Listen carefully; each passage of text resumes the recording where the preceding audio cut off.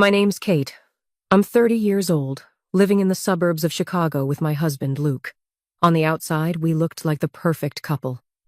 He had this easy smile, the kind that made everyone around him feel at ease.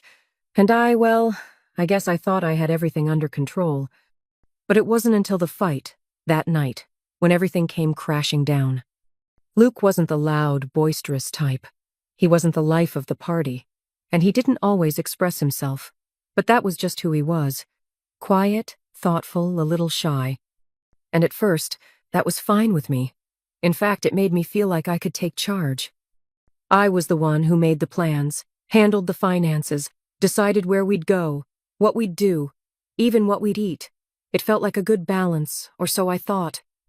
But there were so many days when I felt like I was doing everything, like I was carrying the weight of our entire life on my shoulders, while Luke just coasted.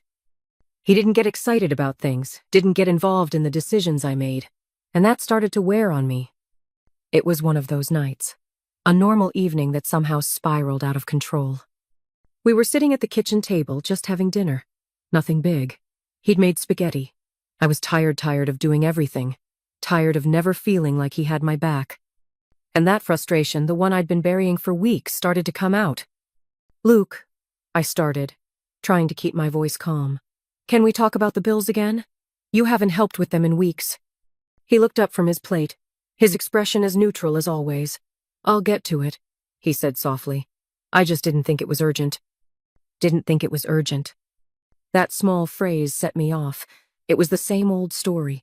I was always the one picking up the slack, and for some reason I just couldn't keep it in anymore. I could feel my blood boiling. "You never think anything's urgent?" I snapped, my voice rising. "I do everything around here, Luke. I take care of the bills, I take care of the house, I take care of us. And you just sit there like everything's fine. You're useless sometimes, you don't even notice what's going on." The words were out before I could stop them, and the moment I said them, I felt a heavy weight settle in my chest. He didn't flinch, didn't even look upset. He just stared at me with those tired eyes of his, like he was used to it. But there was something else there, too. Something I couldn't quite read.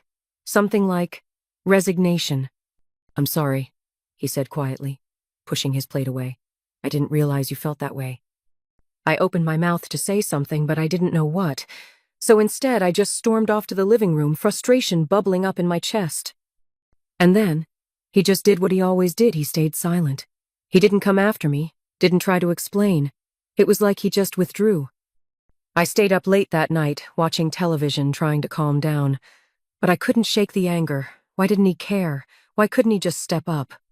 We never really fought like this, but the more I thought about it, the more everything about him seemed off. The next morning, I woke up to an empty house. Luke had already left for work, but it wasn't the usual morning routine.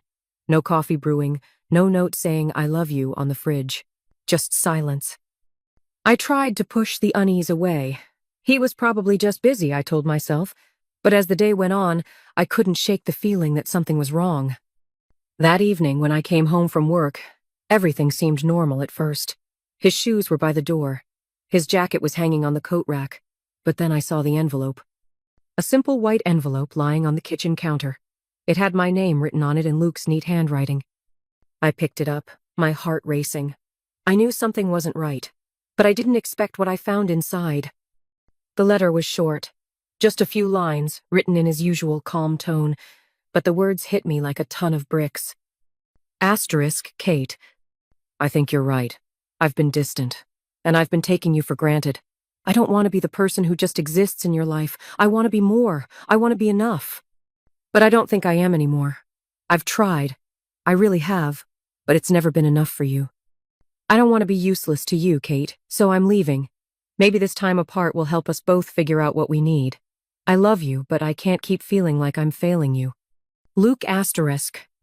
The words swam in front of my eyes as I read them again. And again. I couldn't breathe. I'd called him useless. I'd pushed him to the edge, and now he was gone. Just like that. I couldn't believe it. This wasn't how things were supposed to be. I never meant for it to go this far. I didn't think the words I said in anger would matter that much. But they did. And now I had no one to blame but myself. I grabbed my phone and called him immediately. It rang for what felt like an eternity before his voicemail picked up. I left a message, my voice shaking. Luke, please, come back. We can fix this. I didn't mean what I said. I'm sorry, please, don't go. But I knew deep down it wasn't that simple. He wasn't going to just come back. I'd broken him, and no amount of apologies would fix it. Days went by. I didn't hear from him. The house felt empty. The silence was deafening.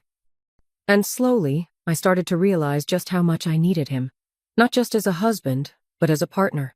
I had taken him for granted, thinking that I could handle everything, that I didn't need him. But I was wrong. I needed him more than I ever realized. I went to the apartment he'd rented, hoping to see him, hoping for some sign that he was willing to talk.